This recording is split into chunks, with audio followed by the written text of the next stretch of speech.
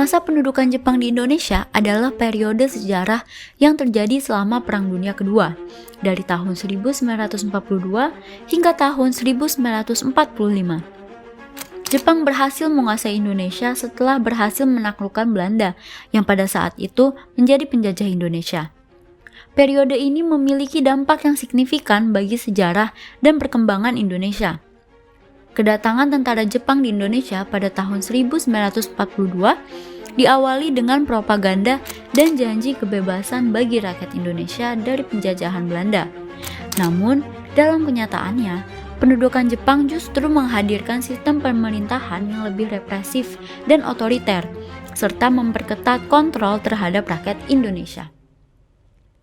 Salah satu dampak terbesar dari masa pendudukan Jepang adalah penurunan kualitas hidup rakyat Indonesia akibat kondisi ekonomi yang buruk dan kurangnya pasokan makanan. Jepang mengambil sumber daya alam Indonesia dan mengirimkannya ke Jepang untuk mendukung perang mereka. Akibatnya, rakyat Indonesia mengalami kelaparan dan kemiskinan yang cukup parah. Selain itu, pendudukan Jepang juga menimbulkan trauma dan kekerasan bagi rakyat Indonesia. Beberapa orang Indonesia ditembak atau dihukum mati karena melawan pendudukan Jepang atau tidak mematuhi peraturan mereka.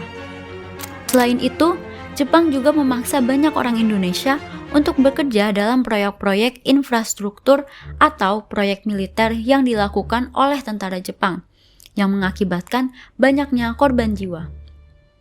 Meskipun demikian, masa pendudukan Jepang di Indonesia juga memberikan dampak positif bagi Indonesia. Salah satu dampak positif yang paling terkenal adalah membuka kesadaran politik dan nasionalisme rakyat Indonesia yang kemudian menjadi basis untuk perjuangan kemerdekaan Indonesia. Jepang memberikan kesempatan bagi para pemuda Indonesia untuk memperoleh pendidikan dan pelatihan militer, dan ini membantu dalam mempersiapkan rakyat Indonesia untuk perjuangan kemerdekaannya. Pendudukan Jepang di Indonesia juga membuka jalan bagi proklamasi kemerdekaan Indonesia pada tanggal 17 Agustus tahun 1945.